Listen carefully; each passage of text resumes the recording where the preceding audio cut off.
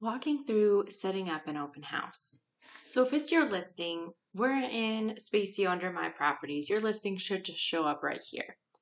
If you are doing an open house for someone else, we're going to go up to the top right and click Add Property.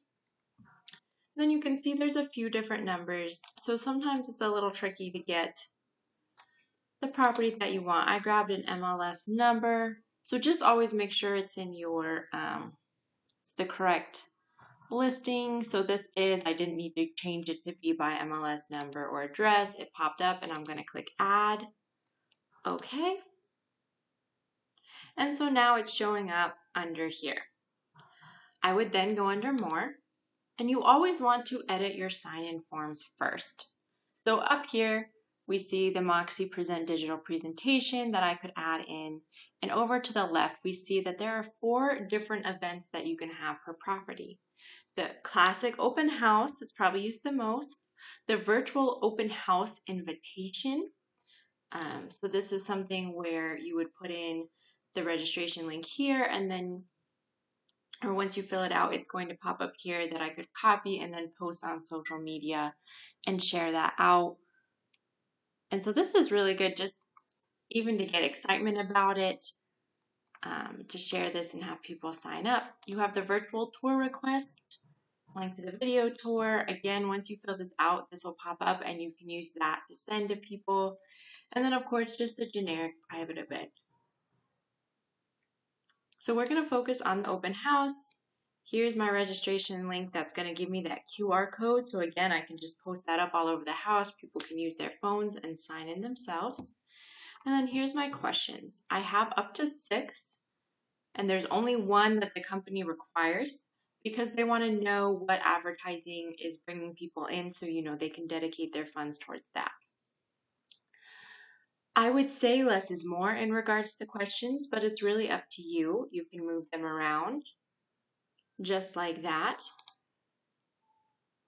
and trash ones you don't want, and then you can come down here and add a question.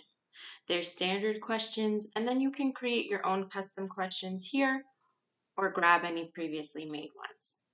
These are sometimes just good to scroll through, and maybe they're not a question in your registration form, but you could ask them during the open house. Then you have your auto email. You want to make sure this is turned on. And then you can choose if you want it to go immediately after, if you want to give them some time so that they're home and settled after the day. You can even send a test email. Mandatory contact information. We always say require the email because that is what's going to sync to the rest of our systems. The automatic email that goes out needs an email. And so we always say it will put the phone number as an option, but it will only require 1. So we always recommend the email.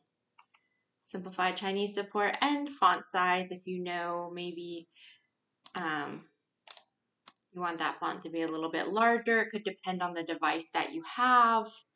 You can change that there. And then you would just save changes. Okay.